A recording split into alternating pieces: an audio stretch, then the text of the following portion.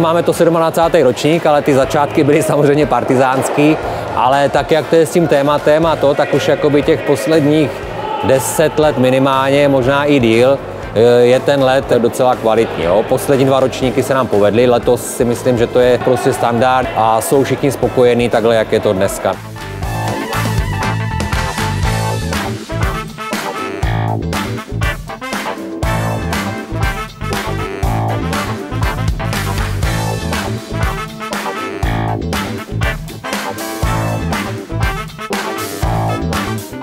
Tento turnaj je součástí trojturnaje společně s polskou Svidnicí a německým Chemnicem.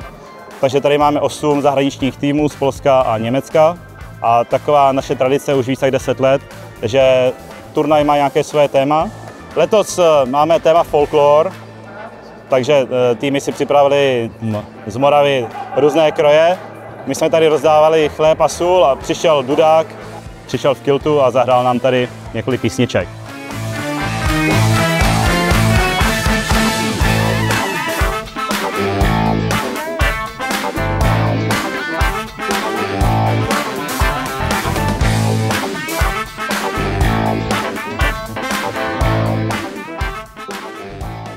Máme tady to téma, takže jakoby je to, samozřejmě není to dogma, jo? Někdo si to prostě to využije a oblíkne se nějako, někdo ne, není to nic prostě nařízeného, takže s tím turnajem ty lidi, co přijedou, tak jsou vždycky spokojení.